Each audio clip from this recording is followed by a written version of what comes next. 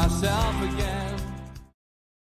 Good morning and welcome to NUFC Matters with me, Steve Wraith. Delighted to say that Mick has joined me for a post-mortem on Newcastle United's season so far and yesterday's game. And Mick, my tweet yesterday, I'm not sure whether you saw it, showed the highlight of my day out yesterday. Of course, it was meeting the Wolves mascot. Yeah.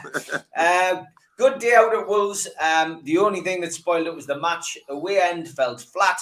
People arguing.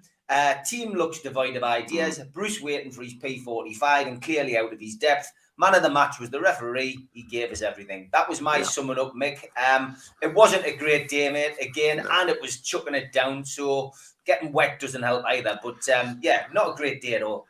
No, I have to say that the sort of weather was perfect, wasn't it? It just matched the occasion perfectly. I'm not too sure that anybody looking like a drowned rat in the Black Country would look good. I mean, you could put Brad Pitt in the middle of Wolverhampton in the pouring rain and he'd look a right mess, wouldn't he? But Steve Bruce, I have to say, on the touchline, you say, oh, he looked beleaguered, he looked this and he looked that. I'm telling you, on a day like that in the Black Country, in the pouring rain, anybody had struggled to look anything other than beleaguered. But he did, and he had to, and he should have, because, as you say, as encouraging as bits of Watford had been the week before, that was a real reminder of what a mess and what a state they're in on the pitch. All the defensive frailties, all the defensive weaknesses exposed by a kid who will never have a better afternoon as long as he lives. And in terms of goals, we're just shot shy without Wilson. So, we end up saying the same things. But just when you thought, because of Watford, you thought to yourself, well, of the two these days, Watford are probably marginally better than Wolves, marginally. So then you say to yourself, well, if we can play that well at Watford and you can get, should have won at Watford, very definitely should have won at Watford, you think you can win at Wolves. Never, ever, ever looked like winning at Wolves. And, and I take on board this bit about fine margins in football where, ifs and buts and maybes.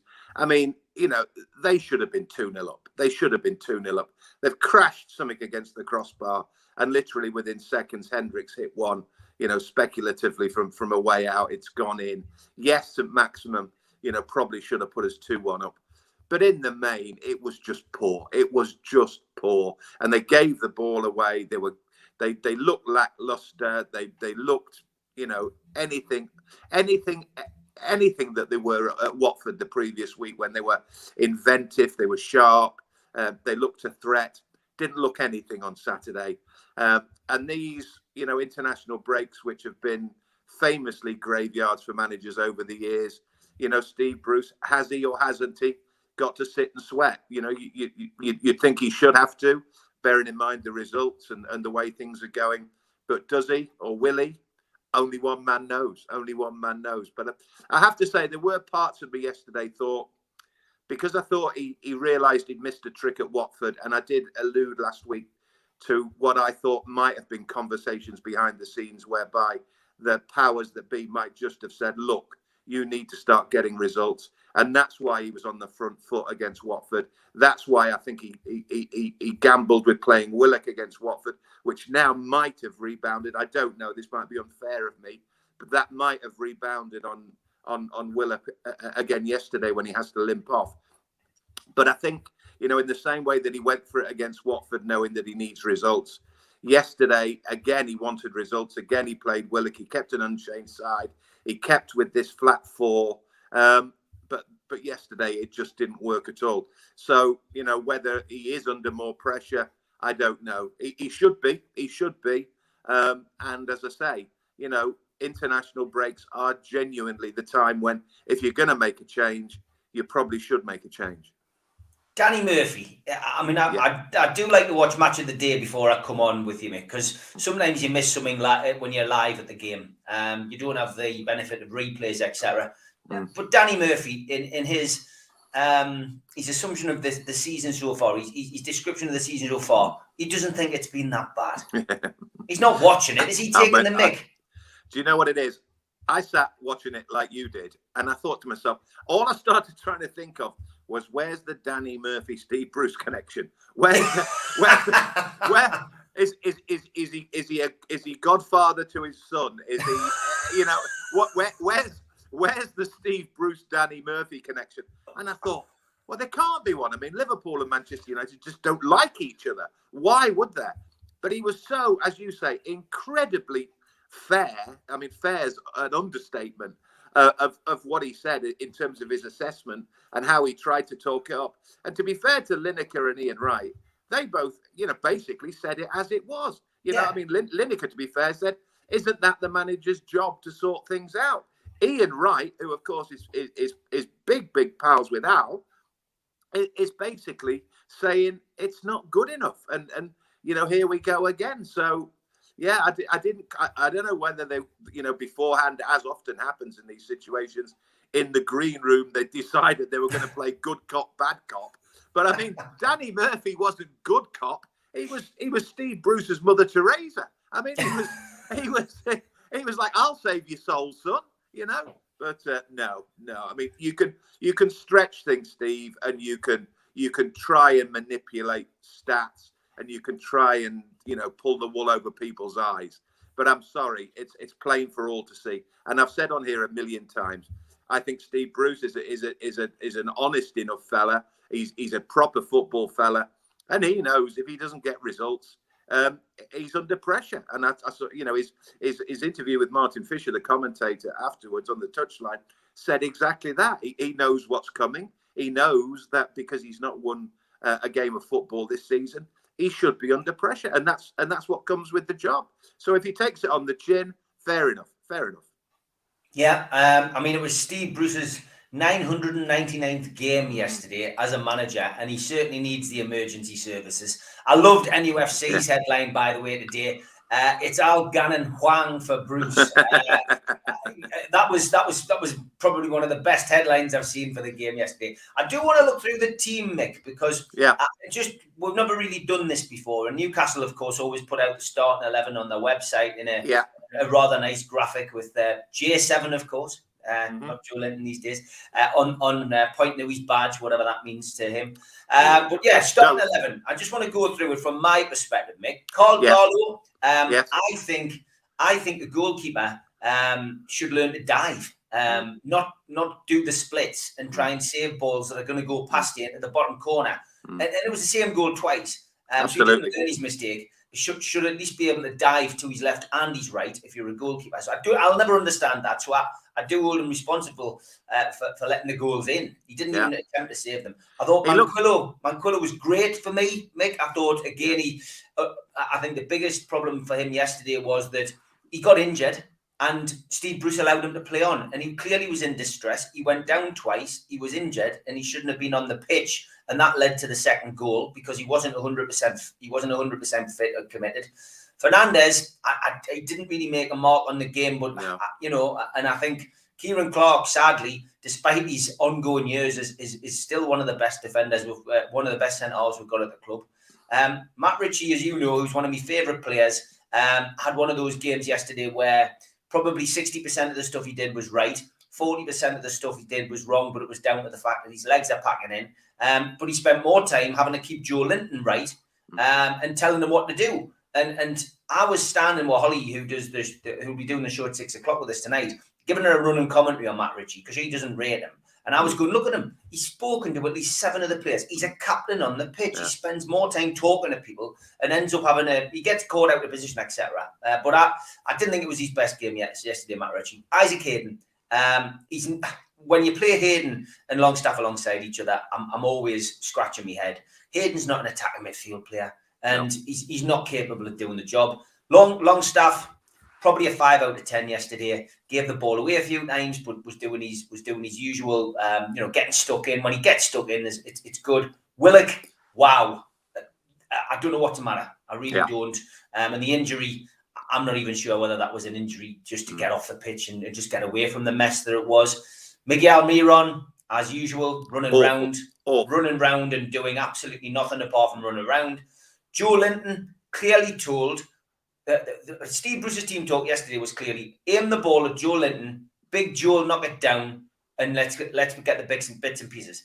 I can't fault Joe Linton for the fact that he won the ball. He hasn't got any direction on it. It goes here, there, and everywhere apart from where you want it to go. But he wins the ball. He had another typical Joe Linton game. He's not good enough for the Premier League. No. He's probably not good enough for the Championship. He'd probably get into Sunderland's first team. And Alan Maximin wasn't for 40 million. For 40 million. And Alan Maximin yesterday, yeah. I didn't think he had a very good game. And I think that was down to the fact that Wolves sniffed him out early.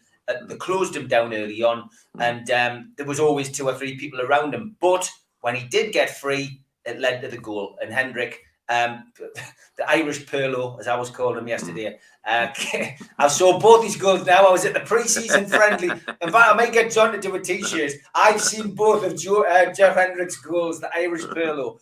But I mean, that's my assessment, Mick. I don't know whether you think I've been unfair on anybody there, but what's your view? No, I mean, I think, everything you've said there is spot on. And, without wanting to steal your thunder, mate, it doesn't take a genius to work it out. You don't have to be a footballing genius to work out what the problems are. But, I mean, to paraphrase what you've said, I think the keeper has got himself into a comfort zone. And I think he's been guilty of that in the past. I think because young Woodman has been dispatched and he's been brought in, and it's I think he's almost got it in his head that I'm an automatic. I should be first choice keeper, and I think what he looked like yesterday to me was a keeper who was taking his eye off the ball, has got comfortable, has got too comfortable, doesn't feel he needs to prove himself. Made bad decisions. He can be a bit lackadaisical. We've seen it in the past, and that's what he looked like yesterday. He just looked like a keeper who was out of sorts. The back 4, don't even get me started. But again, just everything you said there in a roundabout way said one thing: lack of pace. You talked about Manquillo. You talked about Kieran Clark and Fernandez. You talked about Matt Ritchie. Every one of those has no pace whatsoever. And if you watch the goals, and if you just watch Wolves' movement generally, all they were intent on doing, and again, it doesn't take a genius to work it out, they wanted to get Newcastle's back 4 square on. They wanted to get them in a nice straight line, and then they just wanted to slip Hwang in or whoever in. And once you get 6 inches, never mind a yard or 5 yards on that back 4, you're home and hosed. If you look at the goals, I mean, the second one, it's not even a clever ball that's played in. It's played into his feet. There's a defender standing 10 yards off him. And the defender, Fernandez, doesn't even react. He just moves it again and puts it past the keeper. Like you say, there were copybook goals. They were exactly the same goal. But they were the same goal because Wolves, like everybody else, have worked out that all you need to do with Newcastle United's back 4 is get in behind them, use any amount of pace, and you're quids in. You're absolutely quids in. So again, there's a problem there, which, as I've said before, he tried to resolve by putting an extra man in and playing 5. That didn't work. A, because the extra defender didn't stop them conceding goals, and B, it was taking away from their attacking options. Now, at least they've got more attacking options. Hence, Danny Murphy saying, God, they've scored all these goals. They should be top half in terms of goals scored. Well, that's all well and good. But if you're scoring 1 and 2, it doesn't matter if you concede in 3 and 4. So he's in a real balancing situation, Steve Bruce. In terms of midfield, you're absolutely right. I think Joe Willock's head's in bits. I think Isaac Hayden and Sean Longstaff essentially play the same game, which is why I always say on here, whether people like him or not, and I take on board, because everybody is owed their own opinion on players, and it's a game of opinions, and it's a sport of opinions. But Shelvey is a big miss because Shelvey does something different. John Joe Shelvey would get the ball off a Longstaff or a Hayden and start to make things happen. We haven't got him at the minute. So what we've got is a couple of also ran midfielders and a kid who signed from Arsenal who's wondering, why it isn't as it was at the end of last season. In terms of the front runners, my opinion on Joel Linton. Almiron was absolutely shocking yesterday. The problem with Almiron is he's got pace, he's got a certain amount of ability, and he's got a decent enough attitude. but he's not a footballer, Steve. He's not No. a footballer. And we shouldn't be surprised that he struggles in the Premier League because he came from the MLS. You know, he came from a league which is the equivalent of, going back to what you said about Sunderland, it's about League One standard in this country, whether you like it or not. There's no getting away from it. It is like buying a poor standard Championship player and expecting him to play in the Premier League. It's not going to happen. And as for Alan St-Maximin, again, he's massively inconsistent for me, but there is definitely a player in there.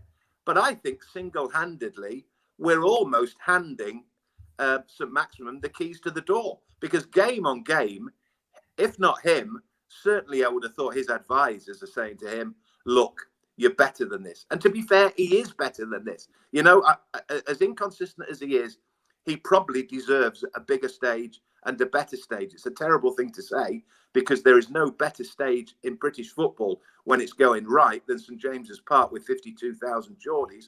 But at this minute in time, he must be thinking, what am I doing? What am I doing? They need Shelby back. They need Wilson back. And first and foremost, they need to sort that defence out. The Shelby and the Wilson situations will be remedied in time. Whether they're remedied long term with Wilson, we don't know, because his injury record is a real worry.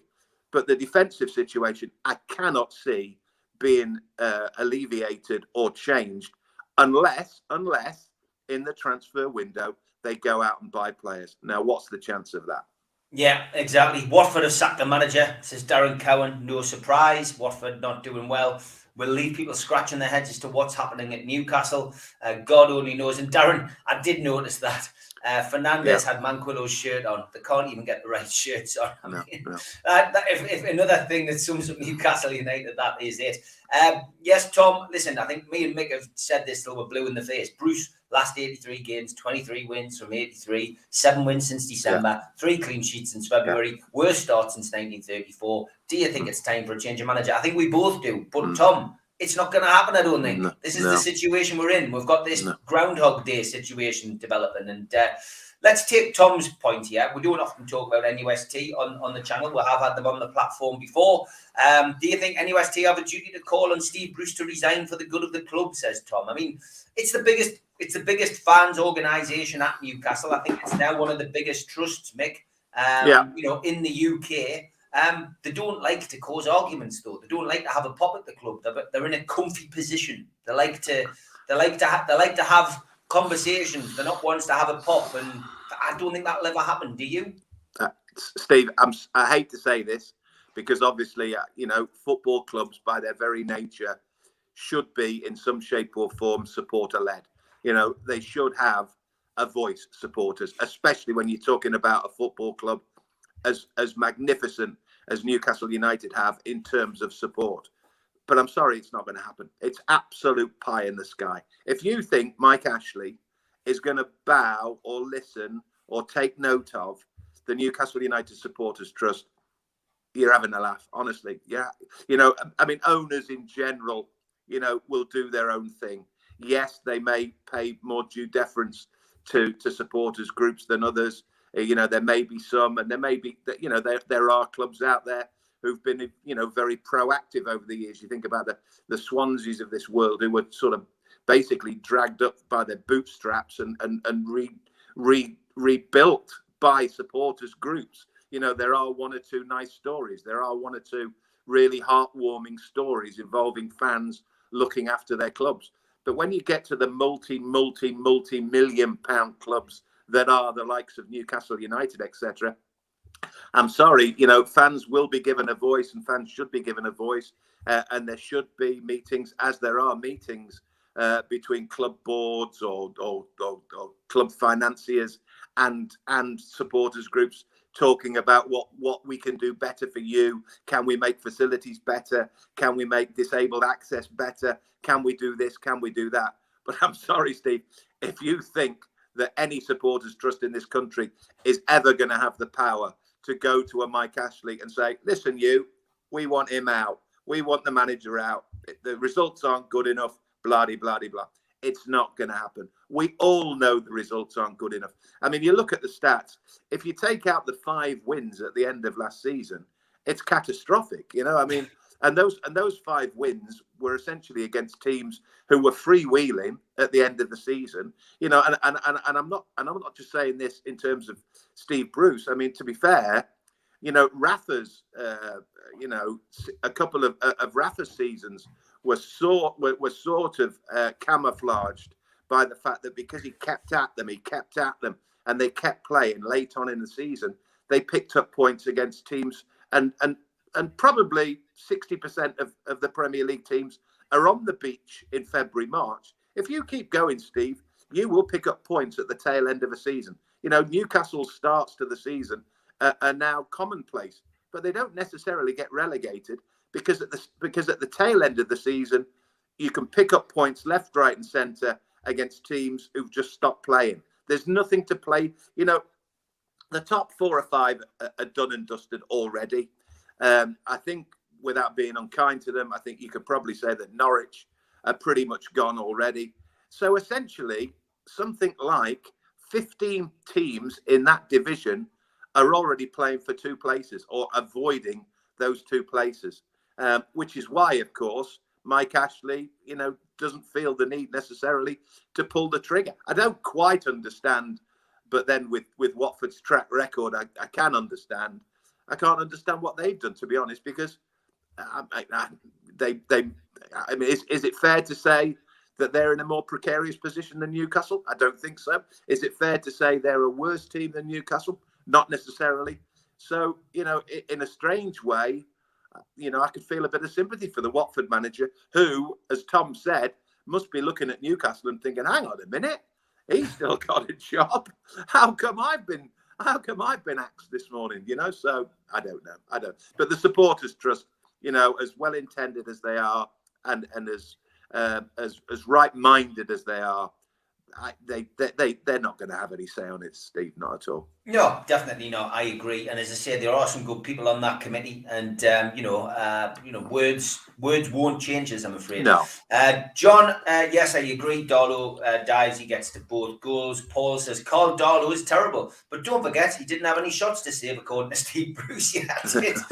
Yeah, keep away from the microphone, please, Steve, at the end of games. Paul says Bruce hasn't learned how to handle players' fitness and injuries in 20 years in management. And Michael says that Ian Holloway praising Steve Bruce on GB News this morning. It's just ex-players and failed managers defending each other, which is frustrating for fans. To me, I get that, Steve. I do get that, and that's why, as I said to you, I couldn't quite understand the Danny Murphy thing, and I was trying to think what the Danny Murphy. If Danny Murphy was an ex-manager, Steve, I could understand it, and I understand where Ian Holloway's coming from. I understand where ex-managers are coming from, because they've been there and done it, and they know it's a tough job, and they know it's a gig which in many ways you can be a decent manager, but I've said this all along, you're in the hands of players. The old cliche about once they cross the white line, there's nothing you can do about it. Yes, it's your job to prepare them. Yes, it's your job to send them out there, put them in a formation, tell them what to do. But at the end of the day, there was an interesting quote. I don't know if you picked up on it, but Connor Cody was interviewed after that game yesterday, the Wolves skipper. Yeah. And he was asked about Hwang and Jimenez and the relationship they've got. And he made a very good point. And, this has always been for me, regardless of whether we're talking modern day football, Premier League football, or just football in general. He talked about the pair of them and he said they're really exciting, but they're not only really exciting, and they're not only really good players, they're good people. They're good people. And you get that impression as well. You get the impression. And you can be the best manager in the world and you can have some of the best players in the world. But if they're not good people, if they're not proper people, this whole thing about Ronaldo is not only one of the greatest players in the world, he's also a proper person. He's a proper professional. Messi's the same. Alan Shearer was the same, proper people. And there aren't enough of those. That's the problem. So you put question marks against players because not only are they necessarily perhaps not good enough for your team, they also aren't good people. They aren't good professionals, you know, and you need to surround yourself with them. I'm not saying, you know, I'm not pointing fingers at any particular players at Newcastle, but just football in general. There aren't enough good characters. And we talked about Ritchie before. Ritchie might be prickly, Ritchie might be feisty, but you said it there. You know, in those first however many minutes, he's going around players and he's telling them to pull the finger out. He's telling them to man up, telling them to set standards, telling them to play to the best of their abilities. You shouldn't need to do that. In the good teams, you don't have to worry about that. You send them out and you know what you're going to get. The lesser teams with the lesser quality, you spend all your time. And again, without wanting to feel like I'm in some ways sympathising with Steve Bruce, I think he despairs at some of the players that he's got, who he thinks, I have to send them out. I haven't got the quality. I haven't got a chairman who backs me. I haven't got an owner who backs me, etc., etc. And I have to put up with these individuals who, back in the day, I'd have had up against the wall at Man United. I'd have said, look, you, pull your feet. You can't do it these days, you know? So I have a certain amount of sympathy because, you know, I just think players rule the roost these days. They really do. And they get away with murder a lot of the time. Nailed it, as always, Mick. 100% agree with you on that score, mate. It's a different game these days. Big thank you to Spider VPN, one of our main sponsors. Google Spider VPN. Had a lot of positive stuff from people on Spider VPN in the last couple of weeks who've taken it up, and it has been a big help to them. So Google them. They come up at the top of your search list and can help you with your internet security at home or in the workplace. Skipsandbins.com as well. Big thanks to Scott and the lads who've stayed on again for October. Telephone 0800 25 45 25 3. Email inquiries at skipsandbins.com. Website www.skipsandbins.com. Easy contract free and pay as you go waste collection. And L&G Family Funeral Directors 0191 389 7245 who have stayed with us again this month. Thank you as well to John at qtechshop.co.uk, the makers of pool tables and snooker tables at Wolves and Newcastle, and to Jab's Signature for all of our flyers. If you are a first-time visitor, please subscribe to the channel. Over 300 new subscribers in the last 7 days. So welcome to you all. Please hit the thumbs up to like the video. Click share to your social media and drop into the comments box if you want to ask a question to me and Mick in the next half hour. You subscribe by hitting the Newcastle Legends logo in the bottom right-hand corner. We're also available as a podcast on iTunes, Spotify, and other podcast providers. So get yourself onto there if you are out and about in the car and you can't watch us live on YouTube. All of our shows are, of course, in the playlists. And we've got a few events coming up, so I will quickly run through them at Newcastle Legends in the build-up to Christmas. We've got an evening with Gavin Peacock and John Gibson, where Gavin will be bringing copies of his new book. And 29th of October at the Tyneside Irish Centre for that one. Our belated Christmas do from last year is going ahead on the 19th with Supermac and Gibbo at the Irish Centre. And we do have a big one in January with our very own Mick Lowes and Peter Beardsley on at the Tyne Theatre and Opera House. Now, those tickets are available on Groupon and on Voucher.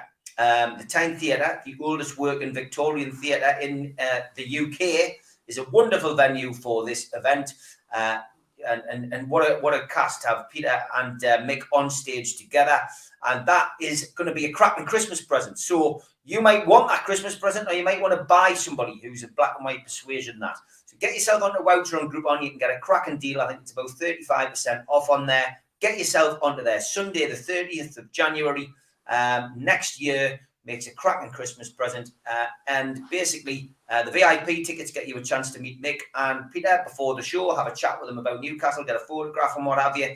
That'll be 1 until 2, and then the main event will start round about 3:30. There will be entertainment as well. There'll be an auction, there'll be raffle, chance to buy Newcastle United stuff at the shop as well, a lot of signed memorabilia, etc. So any of you who've been to our events before will know all about it. But yes, get your tickets direct from Voucher and from Groupon, as I say. Treat yourself, or they will make a cracking Christmas present. And John from QTech, he doesn't waste any time, Mick. There it is, the T-shirt. I've seen both of Jeff Hendrick's goals. Unbelievable, Jeff, which was a little tagline. Unbelievable, Jeff. Which is a tagline given by Tom Lynch in the chat. John, that's what I call professional, that, mate. You're on the ball, you're up or out of bed on a Sunday, and you're knocking them out already. Well done, mate. Alan Little says, unbelievably, Bruce has 999 games as a manager under his belt. What has he actually learned from those games, Mick? I don't know whether you can answer that question. Well, I think only one man can answer that, isn't it? And he sat at home this morning wondering, what the next 2 weeks are going to bring. But listen. I've said this a million times, Steve. Don't get personal. Don't get personal. Judge him on results, and he'll take that, and managers in general will take that. But don't get personal. Steve Bruce has been in a managerial post for 999 games because owners and chairmen and football clubs up and down the country deemed him good enough to be their manager. And I'm sorry, Steve. That's fair enough for me. I didn't turn around after I was employed by Metro Radio, Capital Radio, or the BBC, and people say, well, what on earth were they doing employing him? I was just grateful to the fact that they employed me. Likewise, people who have jobs out there, you get the job on your merit, and if you start believing that you've got your job for any reason other than that, then you'll end up a very sad and schizophrenic person. He's got the job because people wanted to give him the job. People thought he was good enough to do the job, and he's not been without success. He's had promotions, etc., etc. He's not the enemy here, Steve. The enemy, I'll say this again and again and again. He is not the enemy. I genuinely believe he's a decent fella. And I think anybody who's on here criticizing him, and you can criticize him for his results, of course you can. But I think if you met him in the street, if you met him privately, you'd probably think he's a decent fella. He's a nice fella. But as I say, judge him on results. And he isn't the enemy. The enemy is the guy above him. The enemy is the guy who is not treating this football club properly, is not looking after this football club properly, is not financing this club in a way that it should be financed. So, let's not lose sight of who's right and who's wrong in all this. Believe me, if in the next 2 weeks Steve Bruce gets shown the door, somebody else will come in and their job will be just as difficult. Their job will be just as hamstrung. The old business about working with your hands tied behind your back will come again, because it came for Rafa Benitez, it came for Alan Pardew, and it came for all of those other managers. Some had more success than others, but at this minute in time, Steve Bruce just doesn't have the quality of player available to him in order to make it work at Newcastle. And that is down to one man and one man only. So please, let's not sink to the level where it gets personal and try and run the guy out of town and ridicule the guy. The guy is fighting tooth and nail, I'm pretty sure, to try and make it work. Sadly, he has little, to my mind, little or no chance of making it work while he's got that squad available to him.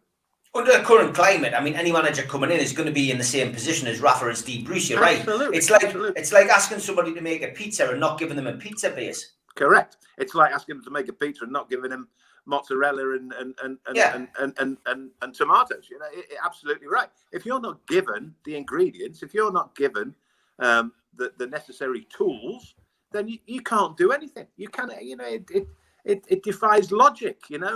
I suppose you could look at Leicester and think, how did they ever win a Premier League? You can look at cups, but cups are all about navigating your way through 5, 6, 7 rounds where you might get the luck of the draw or whatever. But at the end of the day, in most sports, the cream rises to the top, and the better squads and the better players will invariably succeed. And there's no two ways around it. It's basic science. If you have the best tools available to you, if you have the best players available to you, you will win games of football. I've said it on here a million times. You talk to managers, ask any manager, what makes a great manager? They always say great players. And we're not only lacking a number of players in that squad who are of sufficient quality, we're also missing 2 or 3 because of injury. We're missing a keeper. We're missing a big keeper. We're missing, for me, a central midfield player. And most importantly, we're missing a centre forward. And if you think about the 3 key components of any football team, Steve, It's a guy to keep the ball out of the back of the net in goal. It's a guy to make things happen in centre midfield. And it's a guy who puts the ball in the back of the net. And we're missing all three of them and have been missing them for a while. So there are mitigating circumstances. I don't want to give Steve Bruce necessarily excuses, but they are big injuries. Some in the chat up today, a lot of people annoyed, which is understandable. Yeah. A lot of people annoyed at pundits telling everybody that Bruce is doing a great job when it's quite clear that he's not. No. What I picked up from being on the terraces yesterday, a couple of things. I was surrounded actually by a lot of young'uns yesterday. Probably I was average age between 13 and 16 yesterday were around me. And I just listened to their comments. It was that quiet on you. It's not the best away end because it's wide open. We're all spread out. And it's not the best for noise and for songs and generating an atmosphere. But people were flat. And the weather did have a bit to do with that as well. Yeah. The team performance did. But a lot of the young'uns, just listening to them and how, this is a group of people who, of course, have only understood this type of football. Even they are going, why doesn't he play Dwight Gale? Why doesn't he play him in the right position? These young kids are growing up with that kind of knowledge already. Other people on the terraces, was a younger guy, probably in his 40s, arguing with a 60-year-old guy about Bruce. One guy was singing, "We want Brucey out, we want Brucey out." The older guy wasn't, and the young, and he was saying, "Shut up, man!" And we ended up with that kind of banter on the terraces, and it's not awful, isn't it? It's awful. It's not healthy. No, it's not. It's not good, and that's what I mean about trying not to let it get personal, but also again, it sounds daft, trying not to let it get to you, sort of thing. But you're right. I mean, people wear their heart on their sleeves. People are die-hard supporters. It's tough to take. It's tough to take. You're paying good money to go down there on a wet Saturday afternoon to Wolverhampton and watch shite, essentially. Yeah. And it's hard to take. And as a result, he should be criticised. He should. He should. And I'm sure he. I'm sure he accepts that. I'm sure he knows it's not good enough. It's his football club. It's a football club he supported as a kid. He knows it's not right. But in some ways, it probably makes it worse because he's close to it and he can't make it work and it can't make it happen. Going back to the things that you can genuinely sort of question him on, I must admit the Dwight Gale thing is now, for me, getting singularly ridiculous. Absolutely ridiculous. I've said on here, plenty of times that he's not a Premier League striker. He's not a Premier League striker. And he maybe will never, ever score 15 goals in the Premier League. At championship level, he's fine. But at this minute in time, I cannot think of one logical reason why you wouldn't give him a game. There's no logical reason, Steve, why you wouldn't just stick Dwight Gale in. You would suddenly, from whatever system Steve Bruce wants to call it, whether he wants to call it 4-3-3 or 4-4-2 or whatever, you would play St. Maximum wide. You would play him as a provider. You would go to a more orthodox 4-4-2, and you would give Dwight Gale a job and an opportunity to one Saturday afternoon give himself the chance of scoring a couple of Premier League goals. And as has been said before, yes, he might not be the greatest, but he's a natural goal scorer. He is a natural goal scorer. Now, the great goal scorers, maybe given 4 chances in a game at the Premier League, will score you 1. The lesser ones maybe need 6 or 7 chances to get you 1. Dwight Gale might need half a dozen, 10 chances to get you a goal. But he's still, for me, he surely has to be, because it's in his nature. He's that beast. He's a centre forward.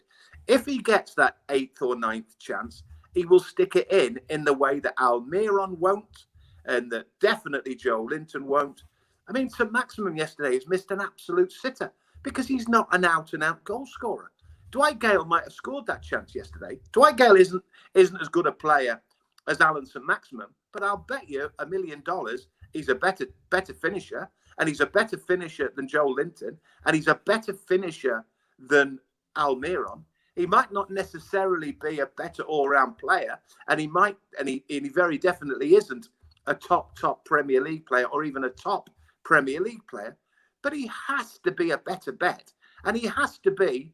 You know, when you're sitting on a Friday night as a manager thinking, how do I change it? How do I get a result? I just need a win. You've got to throw Dwight Gale in. Surely you have to. You have to. I'm not, as I say, I'm far from his biggest fan, but I don't see any logic whatsoever in not playing him. I really don't. No, me neither, Mick. It is a strange one. It's a big conundrum. Graham Coleman wants to know what your thoughts were about the cat hearing this week. Something which the Premier League didn't think was going to be interest to the public. 33,000 watched that, Mick. I have to say, Steve, and I've been honest enough to come on here before and say the whole takeover bit leaves me a bit cold because I'm not sure I know enough about those who want to buy the club. I'm not sure if I trust those who want to buy the club enough. I certainly do not trust the guy and know anything about the guy who allegedly wants to sell the club. But I have to say this week really did get me interested, you know, because we finally got a bit of insight into what really is happening and the sorts of shenanigans that are going on behind the scenes, and particularly where, you know, a lot of it was rumor and counter rumor before. A lot of it was they did this and they did that and they're responsible for this. Suddenly we saw it, you know, in a legal surroundings, and where, you know, people are obligated to tell the truth and nothing but the truth. Do you know what I mean? Suddenly we start finding out that you know, other clubs in the Premier League were putting pressure on. You know, yes, the Premier League were going cap in hand to other clubs to think about whether they should block this takeover. So, you know, all of a sudden, it wasn't about rumor or malicious rumor.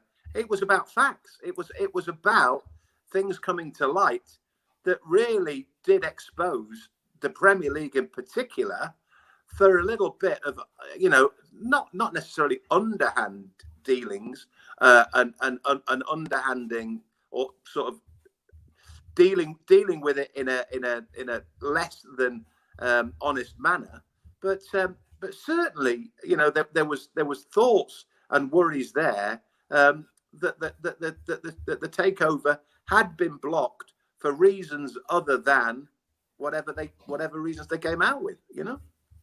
Yeah, it's certainly something which has got a lot of interest, and the national media as well, of course, have picked up on it, which is encouraging, because I guess it's not rumours and it's not, you know, allegations which people can't prove. It's out there in the open now, and I think we might get an answer hopefully this week as to whether that's going to go ahead and when it's going to go ahead, and hopefully get some kind of peace on that, because again, that can't be doing Steve Bruce any good, and it's certainly not doing the players any good. And I found Bruce's answer to the question on Friday a bit strange when he said, well, I knew there was something going on, but I didn't quite understand it. I mean, whether he meant he didn't understand the legalities, but he knows fine well what it's all about.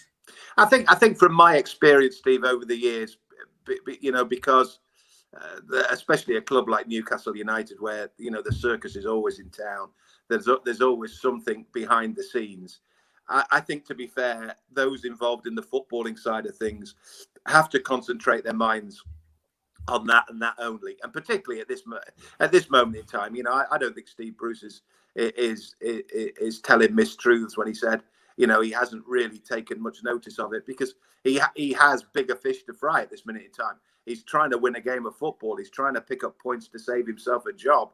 So, you know, I don't think, you know, we should read too much into the fact or suggest that he should be more in tune with what's going on regarding takeovers. I mean, I suspect, without wanting to put words into his mouth, I suspect he dearly loved the takeover to happen, in the same way that Rafa clearly did once upon a time. But he can't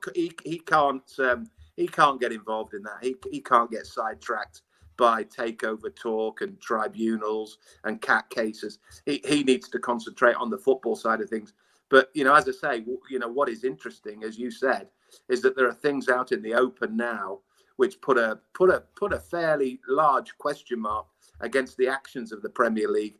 And anybody out there who's thinking about taking over a football club or refinancing a football club, might just think twice about, hang on a minute, where are the, I mean, somebody made a great point. I think it was young Holly, actually. I think I saw one of her thing, absolutely nailed it when she said there was absolutely no comeback on the 6 teams who tried to disappear and form a European Super League, which would have, scattergunned the entire notion of the Premier League, because they are the clubs that hold the power. They are the clubs who, at the end of the day, make the Premier League what it is.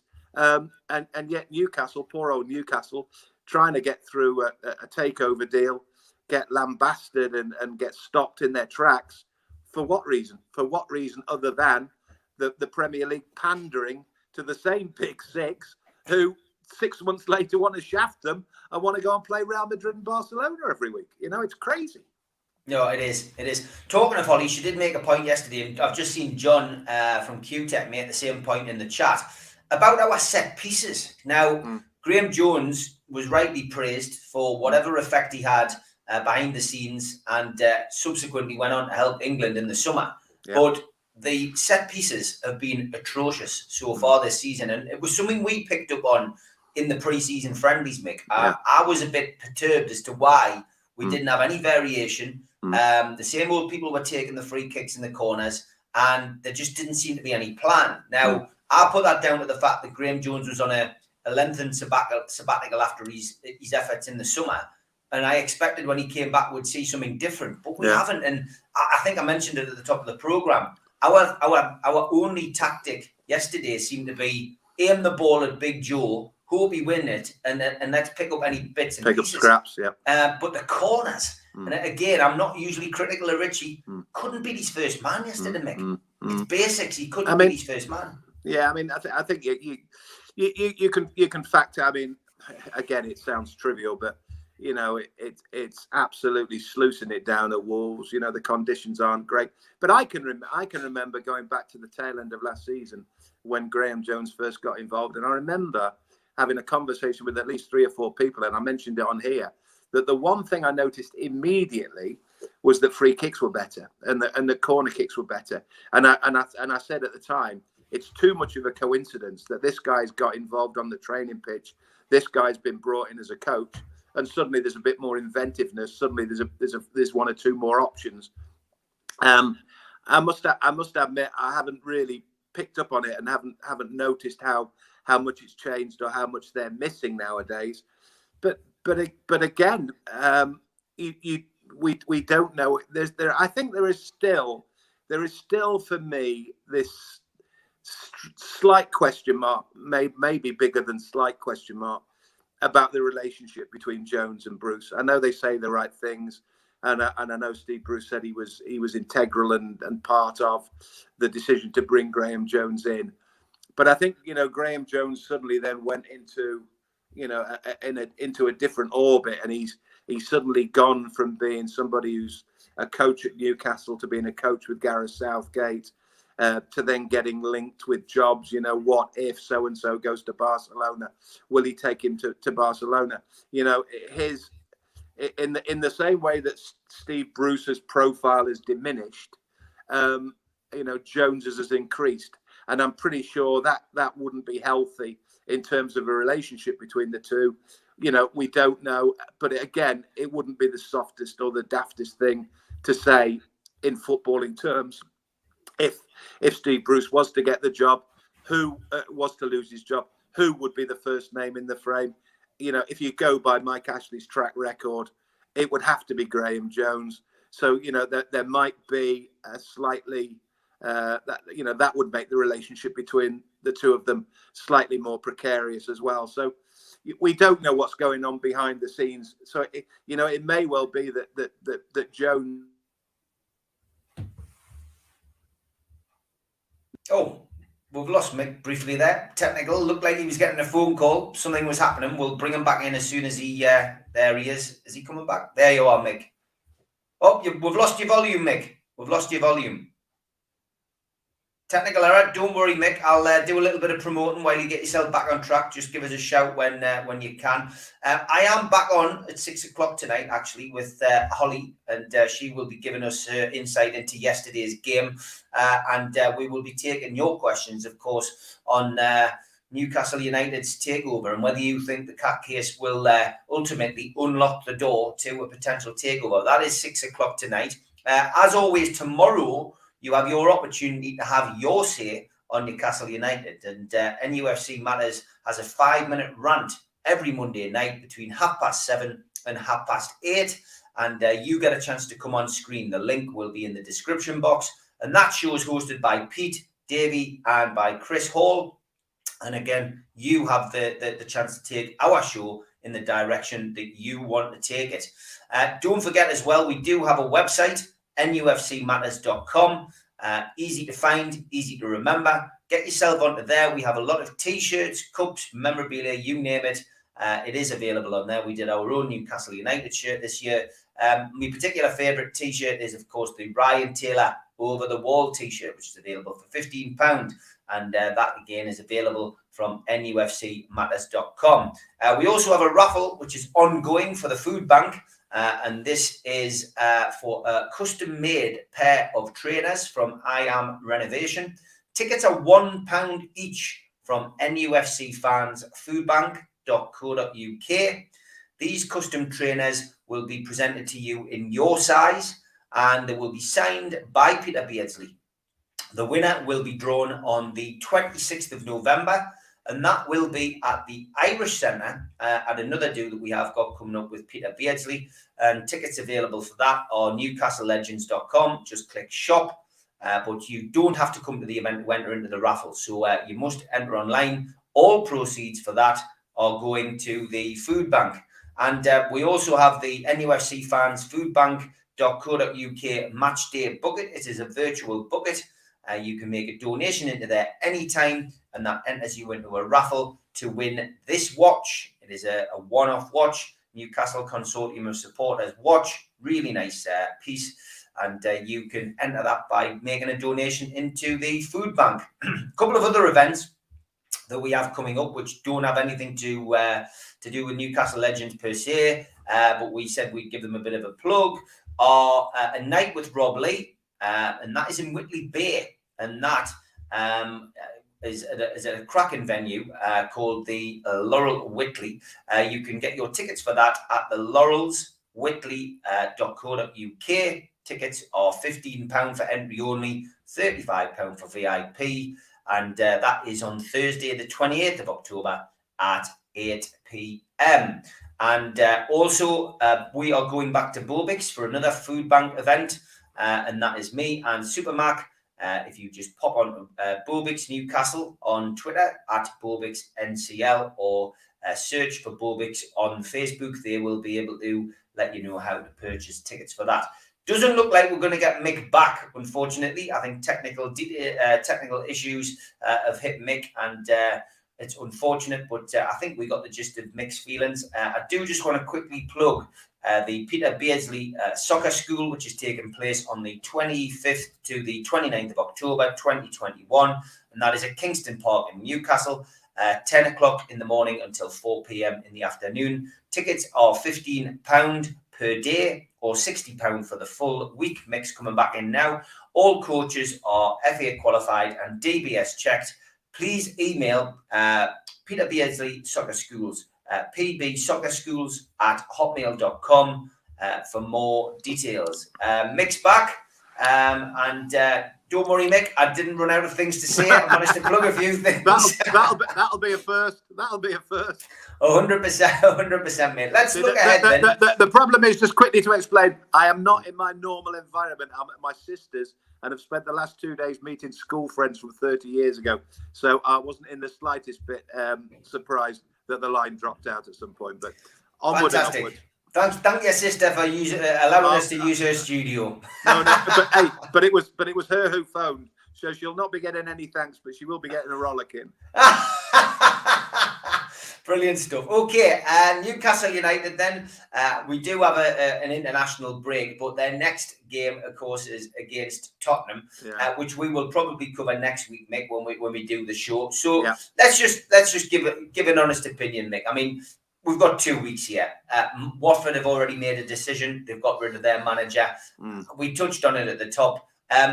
Do you expect anything to happen at Newcastle in this period, or are Newcastle fans just going to have to, basically suck it up and get used to Steve Bruce being in charge? I don't know. I mean, I have to say that, after the Watford game, it was easy to think after the Watford game that, things had got a little bit better. But even then, his body language wasn't great. After yesterday, and again, I think if you factor in standing on the touchline, getting absolutely soaked, watching your team lose 2-1 to Wolves, watching your team potentially lose more than 2-1, you're not going to get too much of an ebullient sort of performance by Steve Bruce on the touchline. You're not going to get anything other than what you saw yesterday, which was a beleaguered manager who's desperately trying to find a win, has now got a 2-week break, which are, normally, and has been proved today with Watford, are normally a time of the season when, if anybody is going to pull the trigger, they tend to pull it during that international break. But do I think it's going to happen? Probably not. But what I would say is, I think the time might have come. I really do. I mean, I have in the past been certainly more supportive of him than I have been damning of him. But the stats speak for themselves. The results speak for themselves, and it just doesn't look like anything's changing, Steve. That's the thing.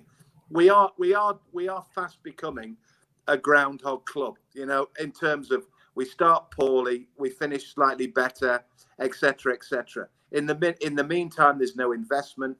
In the meantime, there's no light at the end of the tunnel. I don't necessarily blame Bruce. There is only one man to blame. But I do think it might just be time for a change. I really do. I think it might be time to give somebody else a chance, somebody who might play Dwight Gale, somebody who might change them defensively, somebody who might get more out of players who clearly aren't at this minute in time putting it in. So maybe it is time for a change. I've always been reluctant because, as I say, I've always blamed those above him than I have Steve Bruce, and I do think he's a decent fella, and I still think he is a decent fella.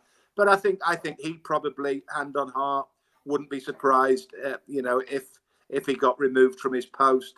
And as I say, I don't think it would be the daftest thing in the world that Newcastle had a new manager come Tottenham Hotspur in 2 weeks' time. At the same time, you wouldn't bat an eyelid if Steve Bruce was still on the touchline and putting out another Newcastle 11 to try and get a win against Tottenham. Nothing would surprise me. But I do think I am beginning to lean heavily towards making a change. I really do. I love this question. We'll finish with this. It might take us slightly into extra time. Stephen Mick, who would be on your Mount Rushmore, your greatest 4 players you've seen at the club? His were Solano, Given, Ferdinand and Shearer. Well, mine, in no particular order, Peter Beardsley, Alan Shearer, Gary Speed, and Rob Lee. Well, do you know what it is? Fair play to you, Steve. Not only because of you have answered that question and we have had no prior conversation. No. But I am finding it incredibly difficult to go beyond Shearer, Lee, Speed, and Beardsley, which were your 4. If I don't know, Nobby, maybe. Les wasn't there long enough. Shearer's a shoe-in. Beardsley's a shoe-in. Rob Lee is an absolute shoe-in. Rob Lee, pound for pound, the best signing we ever made. And maybe Speedo is as good a bet as any. Going back to the point we made before about proper people as well as proper players, there might be one or two contenders for Speedo's place. But I think those 4 that you've got there are, for me, players I've seen you've probably hit the nail. Shea, you can make a case for Shea because of the length of service, and he did something slightly different. But Lee, Beardsley, and Shearer are absolutely. You're chipping away at the brick already, aren't you? You are. John says to think they all played in the same team as well. I know, John. Yeah. Dear God, as my dad said the other week, the 90s was a blip, John. yeah, absolutely. As always, great to spend time with you, Mick. Enjoy your final day down with your sisters, mate, and look forward to having a chat with you next week. We might talk a little bit of international football next weekend. I'm off to give her a rollicking now. I'm back at 6 o'clock with young Holly to talk about Newcastle United's bad performance yesterday and look ahead to the much-awaited international break, I guess. Yeah. Mick, as always, pleasure to have you on. Yeah, Take care. you, mate. Take it easy. See you later.